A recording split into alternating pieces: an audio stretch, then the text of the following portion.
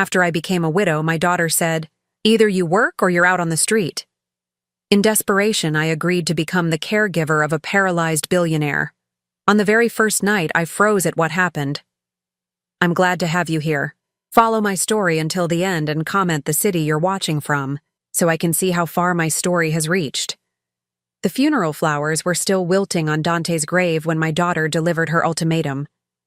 I was standing in my kitchen, the same kitchen where I'd cooked thousands of meals for my family, when Harlow walked in with that look on her face. The look that meant she'd already made up her mind about something, and my feelings didn't matter. "Mom, we need to talk." She set her designer purse on the counter with a sharp click. At 42, Harlow had inherited her father's strong jawline, but none of his warmth. "This arrangement isn't working anymore." I was still wearing my black dress from the cemetery, still feeling the weight of saying goodbye to Dante after 45 years of marriage. My hands trembled as I reached for the coffee pot. "What arrangement, honey?" "You living here, in my house." Her voice was crisp, businesslike. "Daddy left everything to me, remember? And I can't afford to support you anymore." The coffee cup slipped from my fingers, shattering against the tile floor. Brown liquid spread across the white ceramic pieces like my life was spreading apart. "Harlow, it's only been 3 weeks since Daddy died, I know." She didn't even look at the mess. "But life goes on, Mom. I have my own family to think about, my own bills." I knelt down to pick up the pieces, my 68-year-old knees protesting. "I have my Social Security. It's not much, but I can contribute $800 a month?" Harlow laughed, but there was no humor in it. "That doesn't even cover the utilities. Look, I've been thinking about this, and I have a solution." I stopped cleaning and looked up at her. My daughter, the baby I'd rocked through countless sleepless nights, the little girl who used to crawl into my bed during thunderstorms. "What kind of solution?" "There's a job. Private nursing. The pay is excellent." She pulled out her phone and showed me a listing. "This man needs round-the-clock care." "You were a nurse before you married Daddy. It's perfect." My stomach dropped. "Harlow, I haven't worked as a nurse in over 40 years. Medicine has changed. I wouldn't even know how to—" "It's not medical nursing, Mom. It's more like companionship. Helping with daily activities. You can do that." She was already scrolling through her phone. "I already contacted them. You have an interview tomorrow."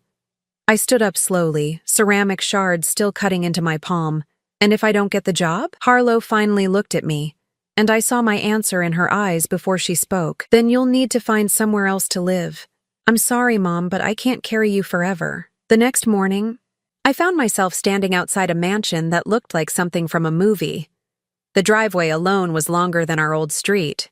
My hands shook as I rang the doorbell, and I wondered how my life had come to this. At 68, I was applying for a job I wasn't qualified for because my own daughter had thrown me out. A stern-looking woman in her 50s answered the door. "Mrs. Thompson, I'm Patricia, Mr. Hawthorne's house manager. Please come in." The inside of the house was even more intimidating than the outside. Marble floors, crystal chandeliers, artwork that probably cost more than I'd made in my entire nursing career. Patricia led me through hallways lined with portraits of people who looked like they'd never worried about money a day in their lives. "Mr. Hawthorne requires assistance with most daily activities," Patricia explained as we walked. "He's paralyzed from the waist down following an accident 5 years ago. The position includes room and board, plus a very generous salary." We stopped outside a set of double doors. "Before we go in, I should warn you, Mr. Hawthorne can be difficult. He's had 17 caregivers in the past 2 years." My heart sank. 17 caregivers. What had I gotten myself into? Patricia opened the doors to reveal a massive library with floor-to-ceiling windows overlooking perfectly manicured gardens. And there, in a wheelchair by the window, sat a man with silver hair and the kind of strong features that must have been devastating when he was younger. "Mr. Hawthorne, this is Hilda Thompson, the candidate we discussed." He turned his wheelchair toward us, and I felt the strangest sensation wash over me. His eyes were blue, the kind of deep blue you only see in old photographs or faded memories. When his gaze met mine, something flickered across his face. Recognition? Confusion? I couldn't tell. "Mrs. Thompson." His voice was deep, cultured, with just a hint of something I couldn't place. "Please, Sit down. I lowered myself into the chair across from him, trying to ignore how my heart had started beating faster. There was something about his face, about the way he looked at me, that made my chest tighten with an emotion I couldn't name. "Patricia tells me you were a nurse," he said, but his eyes never left my face. It was as if he was studying me, searching for something. "Yes, sir. Many years ago, before I married." My voice came out steadier than I felt. "And your husband recently passed away." It wasn't a question. "I'm sorry for your loss." "Thank you." I glanced down at my hands, still wearing Dante's ring. "It's been difficult." When I looked up again, Terrence Hawthorne was still staring at me with that intense, almost desperate expression. "Have we met before, Mrs. Thompson? There's something about you that seems familiar." My blood ran cold. I forced myself to smile politely. "I don't think so, Mr. Hawthorne. I'm sure I would remember." But even as I said it, alarm bells were ringing in my head, because there was something familiar about him too. Something about the shape of his mouth, the way he tilted his head when he spoke. Something that made my hands tremble and my breath catch. "Perhaps not," he murmured, but he didn't look convinced. "Tell me, Mrs. Thompson, why do you want this position?" The honest answer was that I was desperate, that my daughter had thrown me out and I had nowhere else to go, that at 68 I was too old and too tired to start over, but I had no choice. Instead, I said, "I believe in taking care of people. I always have." Something in his expression softened. "And you're not afraid of challenging situations?" I thought about Harlow's cold eyes, about cleaning up my broken coffee cup while my daughter watched, about sleeping in the guest room of my own home because Harlow had already moved into the master bedroom. "No, sir, I'm not afraid." Terrence nodded slowly. "Patricia, would you give us a moment alone?" After Patricia left, closing the doors behind her, Terrence wheeled his chair closer to mine. "Mrs. Thompson, I'm going to be frank with you. I am not an easy man to work for. I'm demanding, particular, and I don't suffer fools gladly. But if you take this position, you'll be treated with respect and paid well." "Very well." He named a salary that made my head spin, more money than Dante had made in his best year.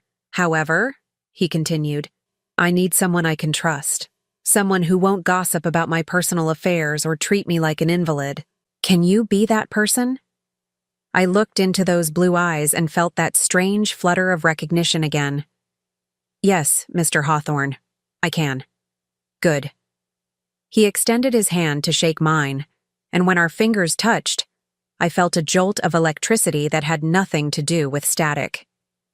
"Welcome to my home, Hilda." The way he said my name, soft and almost reverent, made my heart skip. I pulled my hand back quickly, telling myself I was imagining things. I was a widow, for God's sake, a grandmother. I had no business feeling anything for this man. But as Patricia showed me to my quarters later that evening, I couldn't shake the feeling that my life had just taken a turn I wasn't prepared for, and the way Terrence Hawthorne looked at me, like he was seeing a ghost from his past, made me wonder if I was about to discover something I'd spent 48 years trying to forget. My first week at the Hawthorne mansion felt like living in a beautiful prison. The room Patricia had assigned me was larger than my entire apartment with Dante, complete with its own sitting area and a bathroom that sparkled like something from a luxury hotel.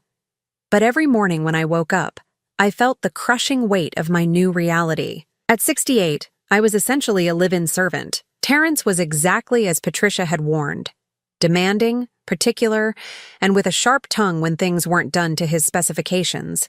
He wanted his morning coffee at exactly 7:15, not 7:20. His newspapers had to be arranged in a specific order.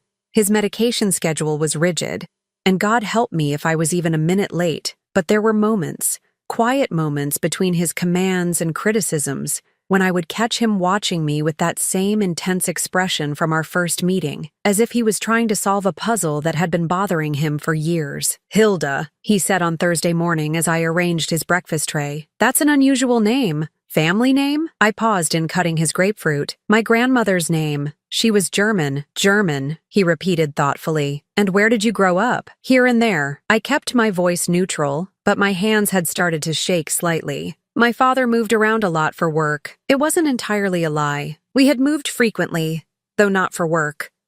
More like running from creditors and my father's gambling debts.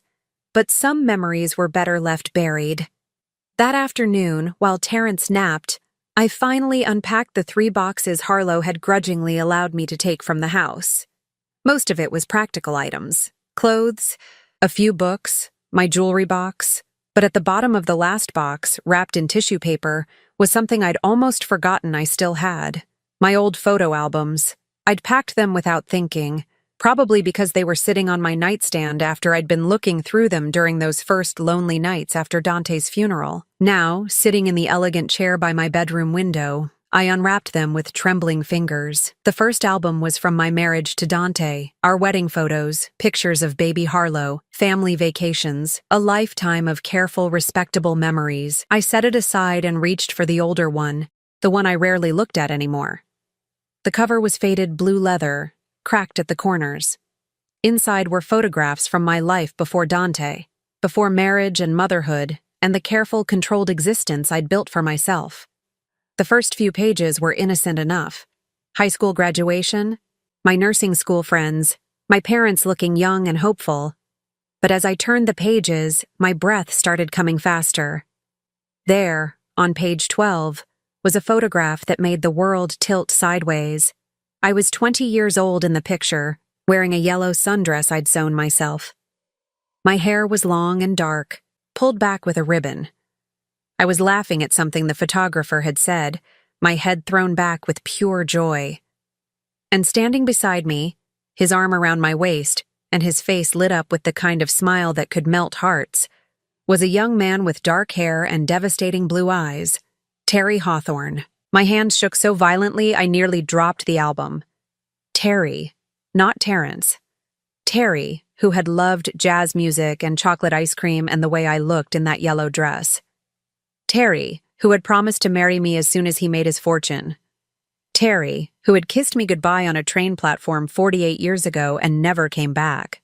I stared at the photograph until my eyes burned, trying to reconcile the young man in the picture with the silver-haired man in the wheelchair downstairs. The features were the same, those aristocratic cheekbones, the strong jaw, the eyes that seemed to see straight through to your soul. But Terry had been warm, passionate, full of dreams and wild plans for our future together. This Terrence Hawthorne was cold, controlled, bitter. What had happened to transform one into the other? I turned the page with shaking fingers and found more pictures. Terry and me at the county fair, sharing cotton candy. Terry teaching me to dance in my tiny apartment while my elderly neighbor banged on the ceiling. Terry and me sitting by the lake, my head on his shoulder, both of us looking like we believed love could conquer anything. The last picture in the series was taken the morning he left. We were standing on the train platform, his suitcase at his feet. I was crying. I remembered that day with painful clarity now. And he was cupping my face in his hands, promising me that he'd be back within 2 years, rich enough to give me everything I deserved. "I'm going to make something of myself, Hilda," he'd said, his voice thick with emotion. "I'm going to build an empire, and then I'm coming back for you. Will you wait for me?" And I had promised I would. God help me. I had meant it. But 2 years had stretched into 3, then 4. His letters became sporadic, then stopped altogether. I'd heard rumors that he'd made it big in real estate, but by then, I'd met Dante. Sweet, steady Dante, who loved me without conditions, who didn't need to conquer the world to prove his worth. I'd married Dante 6 months before Terrence, had finally sent word that he was coming home. The letter was still there, tucked behind the last photograph. I pulled it out with trembling fingers, though I knew every word by heart. "My dearest Hilda," it began in his bold handwriting. "I've done it. Everything I promised you and more. I'm coming home next month, and then we can finally begin our life together. I've bought a house, our house, and I can't wait to carry you across the threshold as my wife. All my love, all my dreams, all my tomorrows belong to you. Forever yours, Terry." The letter was dated 3 weeks after my wedding to Dante. I pressed the letter to my chest and felt tears streaming down my face. All these years I'd convinced myself that Terry had forgotten about me, that his promises had been the empty words of a young man drunk on his own ambitions. But he had kept his word. He had come back for me. I'd just already belonged to someone else. A soft knock on my door made me jump. I quickly shoved the album and letter under a pillow and wiped my eyes. "Come in." Patricia entered with a concerned expression. "Mrs. Thompson, Mr. Hawthorne is asking for you. He seems agitated." I smoothed my hair and followed Patricia downstairs, my heart hammering against my ribs. Could he have remembered? Was that why he'd been watching me so intently? I found Terrence in his study, staring out the window at the gardens. When he heard my footsteps, he turned his wheelchair around, and I saw something different in his expression. Not the cold control I'd grown accustomed to, but something rawer, more vulnerable. "Hilda," he said quietly, "I need to ask you something, and I need you to tell me the truth." I clasped my hands in front of me to hide their trembling. "Of course, Mr. Hawthorne." "Have you ever been to Millbrook?" "It's a small town about 2 hours north of here." My breath caught. Millbrook was where I'd grown up, where I'd met Terry, where I'd fallen in love for the first time. I'm not sure," I lied, but my voice betrayed me. Terrence studied my face with those piercing blue eyes. There was a diner there, Murphy's I think it was called, and a little lake where young people used to go on Sunday afternoons. I felt the color drain from my face. Murphy's Diner, where Terry had bought me cherry Coke and told me jokes that made me laugh until my sides hurt. The lake where he'd first kissed me under a canopy of stars. "Mr. Hawthorne, I think perhaps you're confusing me with someone else." But even as I said it, I could see in his eyes that he wasn't confused at all. The mask of cold control was slipping, revealing the man I'd once loved with every fiber of my being. "Perhaps," he said softly, but his gaze never left my face. "Perhaps I am." As I turned to leave, I heard him whisper something that made my knees nearly buckle. "Yellow dress. You always looked beautiful in yellow." I didn't sleep that night. Every time I closed my eyes, I saw Terry's young face in those photographs, heard his voice promising to come back for me. And downstairs, the man he'd become was probably lying awake too, piecing together the same memories that were tearing my heart apart. By morning, I'd made a decision. I couldn't keep pretending. The charade was eating me alive, and it was clear that Terry, was remembering more each day. Better to face the truth head-on than let it destroy us both slowly. I found him in the conservatory, reading the morning paper. The sunlight streaming through the glass walls caught the silver in his hair, and for a moment I could see both versions of him superimposed, the young man full of dreams and the successful, lonely man he'd become. "Good morning, Mr. Hawthorne." I set his coffee down exactly where he liked it, my hands surprisingly steady. "Hilda." He looked up from his paper, and I saw exhaustion in those blue eyes. "Did you sleep well?" "No," I said honestly. "Did you?" A ghost of a smile touched his lips. "No, I kept thinking about yellow dresses and cherry Coke at Murphy's Diner." My breath caught. There was no point in denying it anymore. The cherry Coke was too sweet. "You always said I should get vanilla." But I was stubborn. Terrence closed his eyes, and when he opened them again, they were bright with unshed tears. "Hilda Marie Brennan, you wore your grandmother's locket and had a scar on your left knee from falling off your bicycle when you were 8. I touched my throat automatically, where the locket used to rest. "You gave me a ring, a little silver band with a promise that someday you'd replace it with diamonds. I still have it." His voice was barely a whisper. "I've carried it with me for 48 years. We stared at each other across the space that separated us, not just the few feet between his wheelchair and where I stood, but the decades of different lives, different choices, different kinds of love. "Why didn't you tell me who you were?" he asked. I sank into the chair across from him, suddenly feeling every one of my 68 years. "Because I was afraid. Because I'm not the girl you remember anymore. Because—" I took a shaky breath. "Because you're not the boy I remember either." Terrence nodded slowly. "When I came back and found out you'd married Dante Thompson, I wanted to hate you. I told myself you'd never really loved me, that you'd just been waiting for someone better to come along. That's not true." The words came out more forcefully than I'd intended. I waited, Terry. I waited until I couldn't wait anymore. Your letters stopped coming, and I thought... I wiped away a tear. I thought you'd forgotten about me. I never stopped writing, he said quietly. But my business partners convinced me that a small-town girl would hold me back. They intercepted my letters, told me you'd moved on.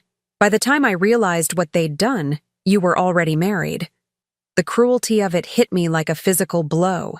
All those years of wondering, of feeling abandoned, when Terry had been trying to reach me all along. I hired a private investigator to keep track of you, Terrence continued. I know it sounds terrible, but I needed to know you were happy. I knew when Harlow was born, when you moved to the house on Maple Street, when Dante got promoted at the bank. I even knew when he got sick. I stared at him, shocked. You've been watching me for 48 years? From a distance.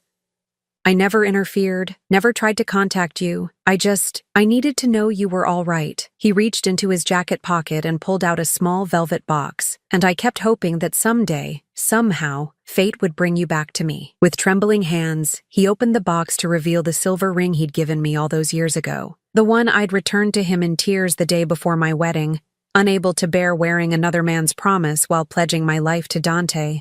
You kept it, I whispered. I kept everything. Every photo, every letter you wrote me, every memory. He looked down at the ring. I never married Hilda. I told myself it was because I was too focused on business, but the truth was simpler than that. No one else was you.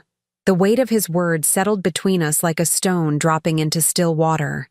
48 years of loneliness, of building walls around his heart, of watching the woman he loved live her life with someone else. Terry, I didn't know what to say. How do you apologize for a lifetime of separation that neither of you chose? I don't blame you, he said quickly. You made the right choice. Dante was a good man. He loved you the way you deserved to be loved, and he was there when I couldn't be. I've made my peace with that. Have you? I asked softly. Because the man I've been working for these past weeks doesn't seem at peace with anything. Terrence's jaw tightened. The accident changed me. 5 years ago, I was still holding on to the fantasy that maybe someday we'd meet again, that maybe there could be some kind of second chance. Then I woke up in a hospital bed, paralyzed from the waist down, and I realized how foolish I'd been. What could I offer you now? A broken man in a wheelchair? Stop. I stood up abruptly, anger flaring in my chest. Just stop. Do you think I'm so shallow that your legs matter more than your heart? Do you think I'm the kind of woman who would turn away from someone I cared about because they needed help instead of being able to give it? He looked startled by my vehemence. Hilda, I loved you, Terry. Not your potential fortune, not your grand plans for the future. I loved the boy who brought me wildflowers because he couldn't afford roses, the boy who held me when I cried about my father's drinking, the boy who believed in dreams so fiercely that I couldn't help but believe in them too. I was crying now. 48 years of suppressed emotions pouring out of me like water through a broken dam. And if that boy is still in there somewhere, then everything else is just details. Terrence reached for my hand, and I let him take it. His fingers were older now, marked with age spots and thinner than I remembered, but his touch still sent electricity through my veins. He's still here, he said quietly. Buried under a lot of bitterness and disappointment, but still here. The question is, what do we do now? I looked around the conservatory, at the life of luxury he'd built around himself. Then I looked back at his face, searching for the answer to a question I'd been afraid to ask. Are you happy, Terry? Really happy? He was quiet for a long moment. I was successful. I was respected. I had more money than I could spend in 10 lifetimes. He paused. But happy? No. I don't think I've been truly happy since the day I left you on that train platform. Then maybe, I said carefully, it's time to stop punishing ourselves for choices we made when we were different people. Maybe it's time to see what the people we are now could build together. Terrence brought my hand to his lips and kissed it gently. Would you be willing to try? Not as my nurse, but as whatever we could be to each other? I thought about Harlow, about the cold house where I was no longer welcome. I thought about the lonely apartment I'd been planning to find, about spending my remaining years in solitude. Then I looked at the man who had loved me faithfully for nearly 5 decades, even from a distance. Yes, I whispered. I'd like to try. But even as the words left my lips, I knew our path wouldn't be easy. Harlow would have something to say about this arrangement, and I doubted it would be congratulatory. My daughter had never approved of anything that took attention away from her own needs, and she certainly wouldn't approve of her mother finding love again. The thought of facing Harlow's reaction made my stomach clench with anxiety. But for the first time in weeks, I also felt something else. Hope. Maybe it wasn't too late for second chances after all. 3 weeks after our confession in the conservatory, Terry asked me to move into the master wing of the house. Not as his caregiver, but as his companion. The word felt strange on my tongue when I repeated it to myself. Companion. It sounded so much more meaningful than employee, yet not quite as binding as the words we'd once dreamed of using. You don't have to decide right now, he said over dinner in the smaller dining room we'd started using instead of the formal one. But Hilda, I want you to know that this isn't about convenience or loneliness. This is about the life I should have been living all along. I set down my fork, my appetite suddenly gone. Terry, I need to tell you something. About Harlow. His expression grew serious. What about her? She doesn't know who you are. When she found this job for me, she just saw dollar signs. A wealthy man who needed care, a mother she wanted out of her house. She has no idea about our history, Terry nodded slowly. And you think she'll have a problem with our arrangement? I laughed, but there was no humor in it. My daughter threw me out 3 weeks after her father's funeral. She cares about exactly 2 things: her own comfort and other people's money. When she finds out I'm living here as more than hired help, she's going to assume I'm after your inheritance. Are you? Terry asked quietly. I looked at him in shock. How can you even ask that? Because 48 years is a long time, Hilda. People change. And my wealth, he gestured around the elegant dining room. It has a way of changing how people see me. I stood up abruptly, hurt flashing through me like a knife blade. If that's what you think of me, then maybe this was a mistake. Sit down. His voice was gentle but firm. Please, I had to ask. I've been burned before by people who claimed to love me but were really in love with my bank account. I needed to hear you say it. I remained standing, my arms crossed. Say what? That you don't want my money, that you're here because of who I am, not what I have. I shouldn't have to say it. You should know it. Terry reached for my hand, but I pulled away. You're right. I should. And deep down, I do. But Hilda, you have to understand, when you have this much money, you start to question everyone's motives, even the people you love most. I felt my anger deflate slightly. Is that really how you've lived all these years? Not trusting anyone? Pretty much. He looked down at his hands. It's a lonely way to live, but it seemed safer than being hurt again. I sat back down, studying his face, the lines around his eyes, the way his mouth turned down at the corners. This was what success without love had done to him, turned him into a suspicious, isolated man who questioned even the purest emotions. For the record, I said quietly, I don't want your money. I want you to leave every penny to charity if it makes you happy. I have my Social Security and a small pension from the hospital where I worked before Harlow was born. It's not much, but I've lived on less. Relief flooded his features. I'm sorry I had to ask. Don't apologize, just don't ask again. I picked up my fork and took a bite of the salmon Patricia had prepared. Now, about Harlow. When she finds out about this, she's going to cause trouble. I need you to be prepared for that. Terry's expression hardened. What kind of trouble? She'll probably demand to know what your intentions are. She might threaten to sue, claim I'm taking advantage of you. She might even try to have me removed from the house. Let her try. His voice carried the steel that had built his business empire. This is my house. Hilda. No one tells me who I can and cannot invite to live in it. I wished I could share his confidence, but I knew my daughter better than he did. Harlow could be ruthless when she felt threatened, and she would definitely feel threatened by this development. My phone rang, interrupting my thoughts. Harlow's name appeared on the screen, and my stomach clenched. Speak of the devil, I murmured, showing Terry the display. Answer it, he said. Let's get this over with. I swiped to accept the call. Hello, Harlow. Mom. Her voice was tight with barely controlled anger. I just had the most interesting conversation with Mrs. Patterson from church. She said she saw you at the grocery store with some man in a wheelchair, and you were acting very familiar with him. I closed my eyes. In a town this size, of course someone would see us and report back to Harlow. Terry and I had gone to the market together yesterday, and he'd insisted on buying ingredients for the chocolate cake I'd mentioned missing from my childhood. To anyone watching, we probably did look more intimate than employer and employee. His name is Terrence Hawthorne, I said carefully. He's the man I work for. Work for or work on? Harlow's voice dripped with accusation. Because Mrs. Patterson said you two looked awfully cozy for a professional relationship. Terry gestured for the phone, and I shook my head. This was my battle to fight. Harlow, I'm 68 years old. I think I'm capable of conducting myself appropriately.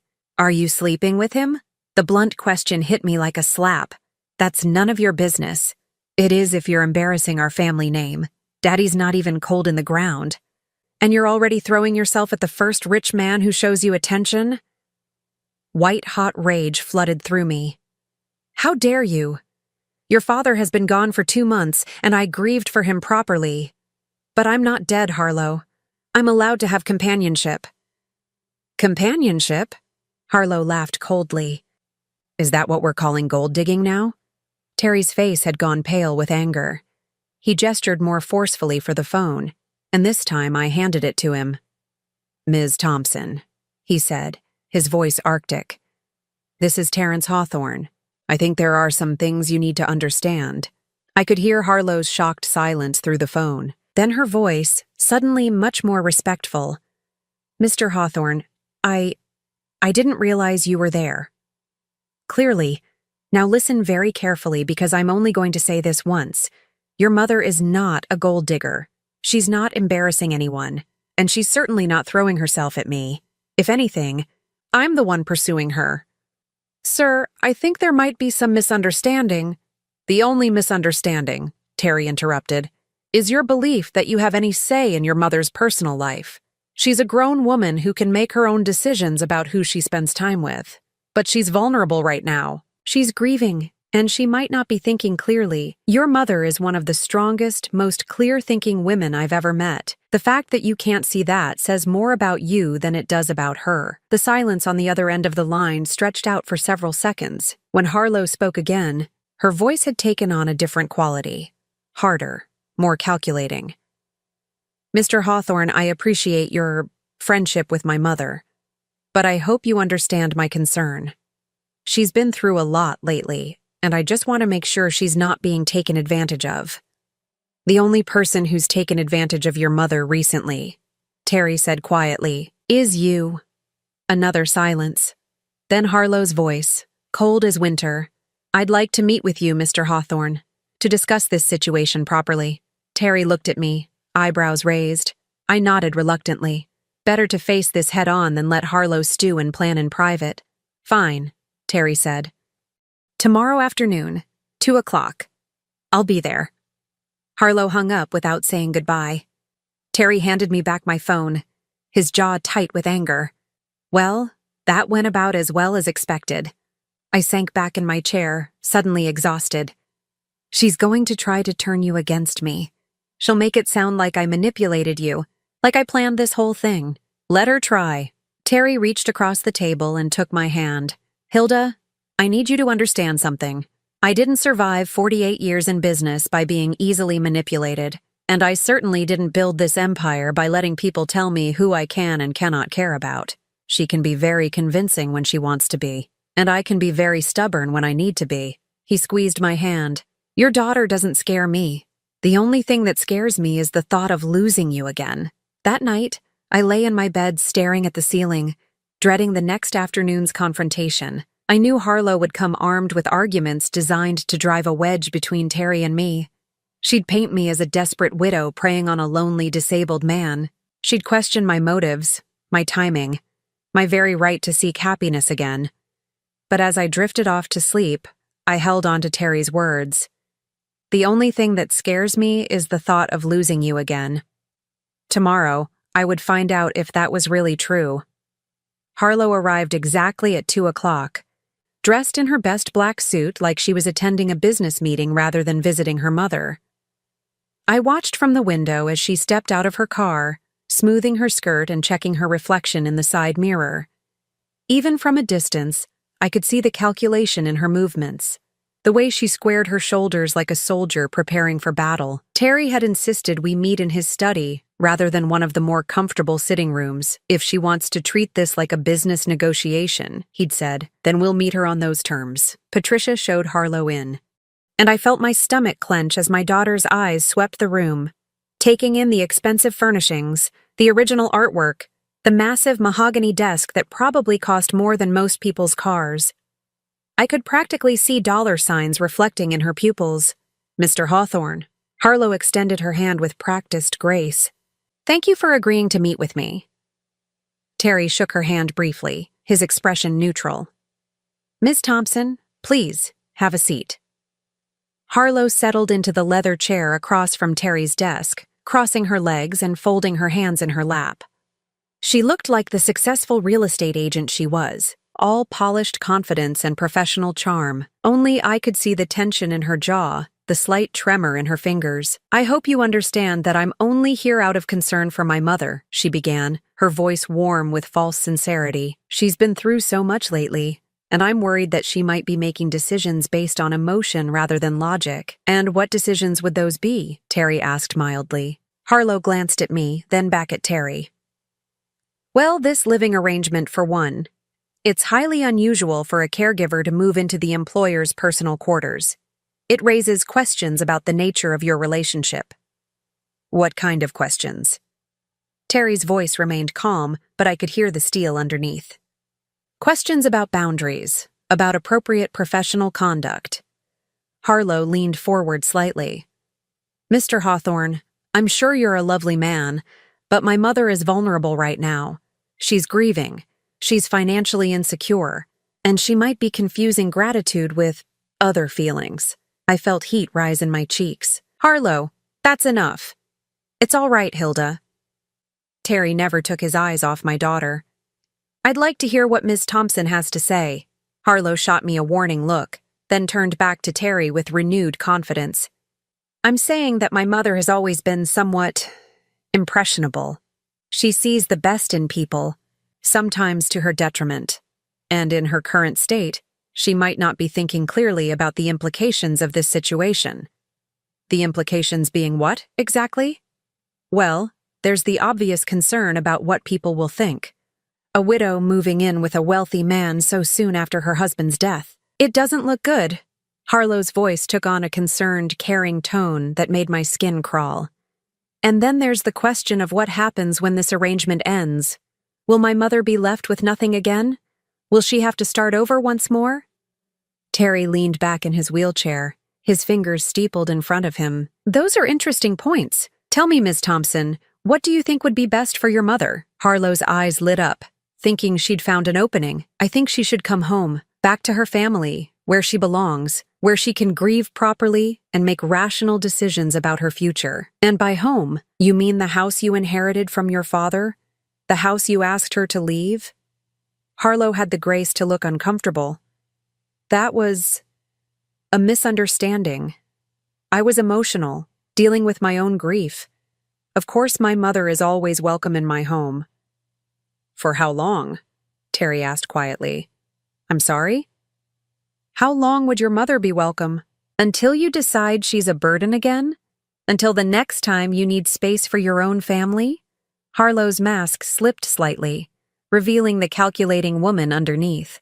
Mr. Hawthorne, I don't think you understand the complexity of family relationships. Oh, I understand perfectly. Terry's voice cut through her words like a blade. I understand that you threw your mother out 3 weeks after burying her husband of 45 years. I understand that you gave her an ultimatum, work or live on the street. And I understand that the only reason you're here now is because you've realized she might have found something better than what you were offering. Harlow's face flushed red. That's not... I was protecting her, teaching her to be independent. By making her homeless, she wasn't homeless. She had options, such as... Harlow looked frantically between Terry and me, clearly not expecting to be put on the defensive. She could have found an apartment. She has Social Security. $800 a month, Terry said quietly. Do you know what the average rent is in this area, Ms. Thompson? Harlow's mouth opened and closed like a fish gasping for air. $1,200, Terry continued. For a one-bedroom apartment in a decent neighborhood, your mother would have been $400 short every month just for housing. That doesn't include food, utilities, medical expenses, or any of the other costs of living. She could have found something cheaper? Where? In what part of town? You were willing to let your 68-year-old mother live in poverty rather than inconvenience yourself. I watched this exchange with a mixture of satisfaction and sadness. Satisfaction because someone was finally holding Harlow accountable for her cruelty. Sadness because that someone had to be a stranger rather than my daughter's own conscience. Harlow's professional composure was cracking rapidly. You don't understand. My mother, she's always been difficult. High maintenance. She expects everyone to take care of her. High maintenance? I couldn't stay silent anymore. Harlow, I worked 2 jobs to put you through college. I took care of your father through 5 years of cancer treatments without a single complaint. I babysit your children every weekend for free, and I've never asked you for anything except a place to grieve my husband. You were smothering me! Harlow exploded, her mask finally falling away completely. Always hovering, always trying to help, always making me feel guilty for having my own life. I needed space to breathe. So you threw me out, I said quietly. I gave you a chance to stand on your own 2 feet for once. The silence that followed was deafening. Terry looked at Harlow with an expression of such cold disgust that she actually shrank back in her chair. Ms. Thompson, he said finally, I think we're done here. Wait! Harlow's voice was desperate now. You don't understand what you're getting into. My mother, she has expectations. She'll want marriage, security, legal protections. She's not just looking for companionship. Terry's expression didn't change. And what if she is looking for those things? What if I want to give them to her? Harlow went very still. What are you saying? I'm saying that your mother and I are both adults who can make our own decisions about our relationship. Whether that relationship remains as it is now or develops into something more is none of your concern. Something more? Harlow's voice was barely a whisper. Terry reached into his desk drawer and pulled out a small velvet box, the same box he'd shown me in the conservatory, containing the silver ring from our youth. Your mother and I have a history that predates your father, predates you, predates everything you think you know about her life. Harlow stared at the box like it was a poisonous snake. What kind of history? The kind that matters, Terry said simply. We loved each other once, very deeply. Circumstances separated us, but they didn't destroy what we felt. And now, 48 years later, we have a chance to see if what we had was real enough to survive time and change. You're talking about marriage. Harlow's voice was flat, emotionless. I'm talking about living the life we should have lived all along. Harlow turned to me, her eyes blazing with a fury I'd never seen before. This is why you took this job, isn't it? You knew who he was. You planned this whole thing. No, I said firmly. I had no idea Terry was here when I answered that job listing. I thought he was dead or married or living on the other side of the world. The last thing I expected was to find him in that wheelchair, in this house. Terry? Harlow's voice dripped with venom. You call him Terry? That's my name, Terry said calmly. Terrence is what my business associates call me. Terry is what the people I love call me. Harlow stood up abruptly, her chair scraping against the hardwood floor. This is insane. You're both insane. You think you can just pick up where you left off 48 years ago? You think you can erase an entire lifetime? We're not trying to erase anything, I said. We're trying to build something new from what's left. What about Daddy? What about your marriage, your family, everything you built together? Your father was a good man, and I loved him. But Terry was my first love, and some things never really end. Harlow looked between us with growing panic. He's using you, Mom. Can't you see that? He's lonely and disabled, and you're convenient. When he gets tired of playing house, you'll be out on the street again. That's enough. Terry's voice cut through the air like a whip. You will not speak about your mother that way in my house. Your house? Harlow laughed bitterly. Yes, let's talk about your house, your money, your power. That's what this is really about, isn't it? Terry opened the desk drawer again and pulled out a thick legal document.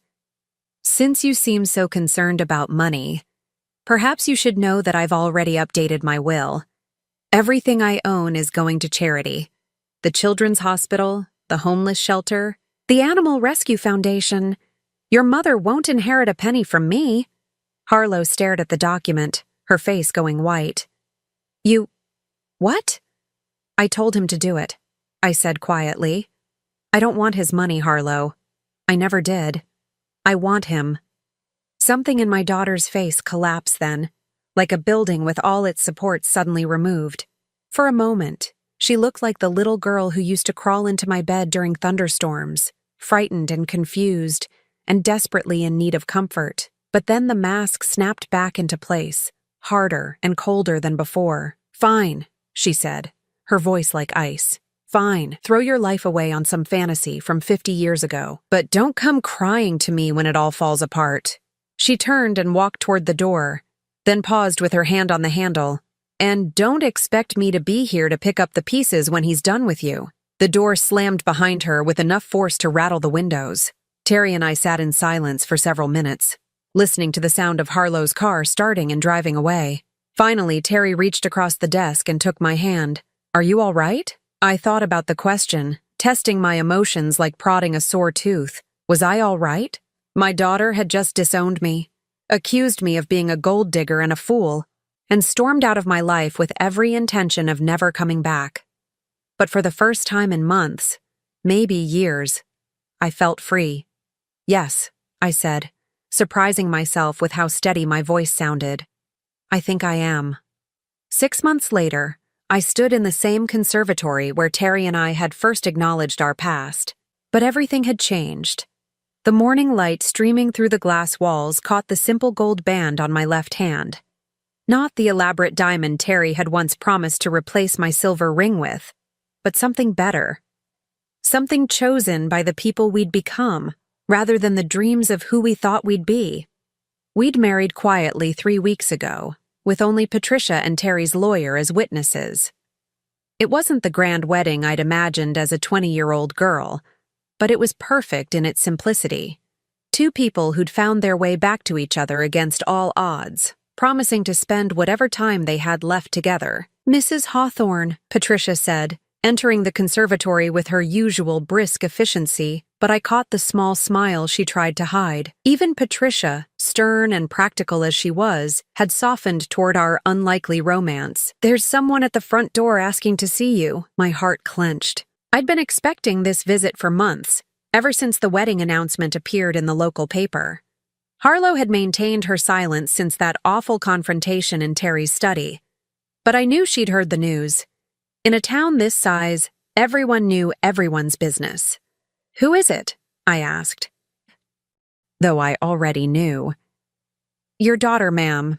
She seems... upset. I found Terry in his study, reviewing quarterly reports for the foundation he'd established to manage his charitable giving. He looked up as I entered, immediately reading the tension in my face. She's here, I said simply. Terry set down his papers and wheeled his chair around to face me. Do you want me to handle this? No. She's my daughter. This is my conversation to have. I smoothed my hands over my skirt, trying to calm my nerves. But I'd like you to be there, if you don't mind. Of course. We found Harlow in the formal living room, perched on the edge of a velvet settee like she was ready to bolt at any moment. She'd lost weight since I'd last seen her, and there were dark circles under her eyes that makeup couldn't quite hide. She looked older, more fragile, and for a moment my maternal instincts kicked in. Harlow.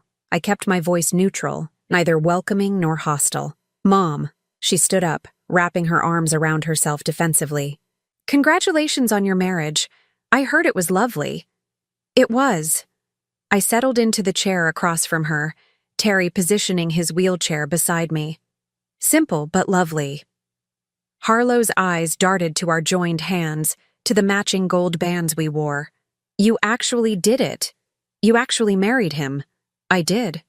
For better or worse, richer or poorer, in sickness and in health? There was an edge to her voice, a bitterness that made my heart ache. All of it, I said firmly. Every vow, every promise.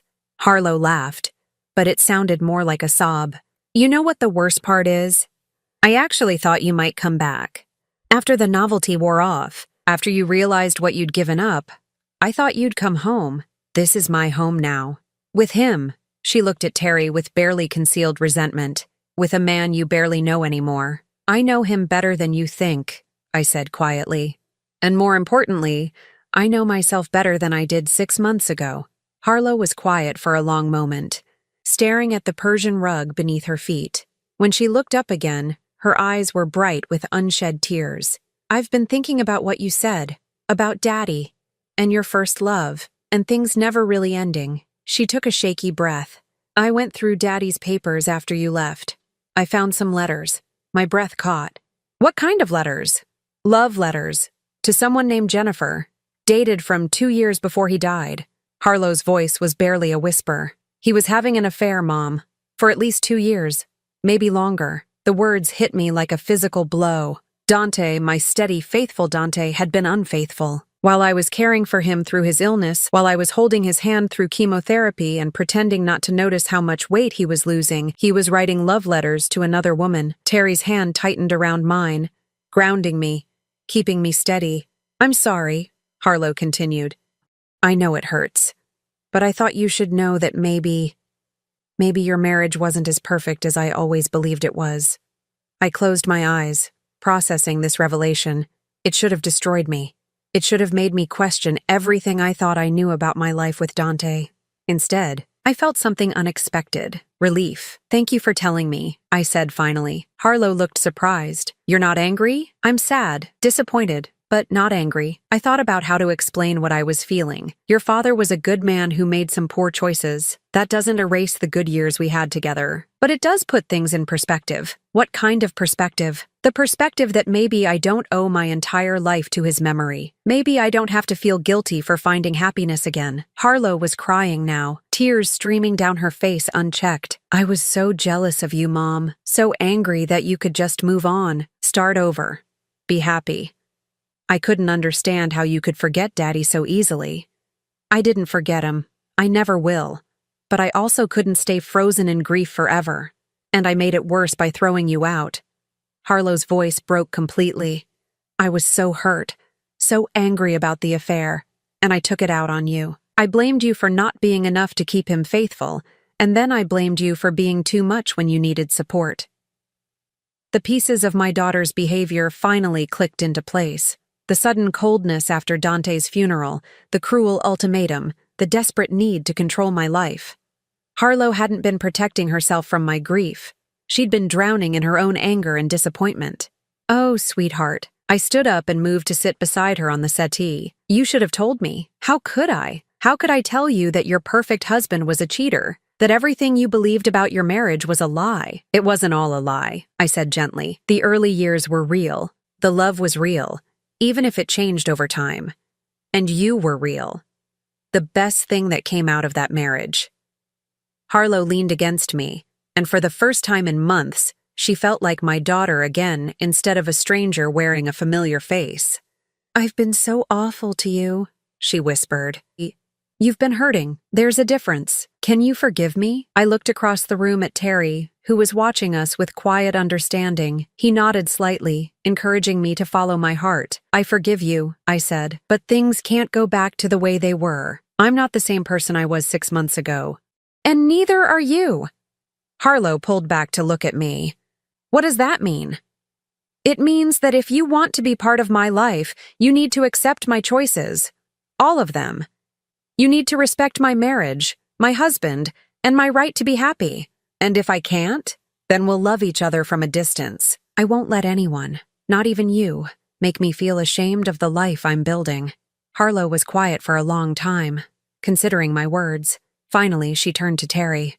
I owe you an apology too, she said. I said terrible things about you. About your relationship with Mom. I was wrong. Terry inclined his head graciously. Grief makes us all say things we don't mean. Do you really love her? With everything I have, Terry said without hesitation. I've loved her for 48 years. Finding her again is the greatest gift I've ever received. Harlow looked between us, taking in the way Terry's eyes softened when he looked at me. The way my hand automatically sought his whenever I was nervous or excited. Slowly, something in her expression shifted. I can see it, she said wonderingly. The way you look at each other. It's like you're the only two people in the world. Sometimes it feels that way, I admitted. Harlow was quiet again, then asked, Are you happy, Mom? Really, truly happy? I thought about the question, about the life I'd built in this house with this man, the quiet mornings we spent reading together in the conservatory, the way Terry still brought me wildflowers from the garden because he remembered they were my favorite, the contentment I felt falling asleep beside him each night, knowing that whatever time we had left, we were spending it together. Yes, I said. I'm happy. Harlow nodded slowly, then stood up. Then I guess I need to learn to be happy for you. Does that mean? It means I want to try. I want to be part of your life, if you'll let me. I want to get to know Terry as your husband instead of your employer. And I want to make up for the months I wasted being angry and jealous and cruel.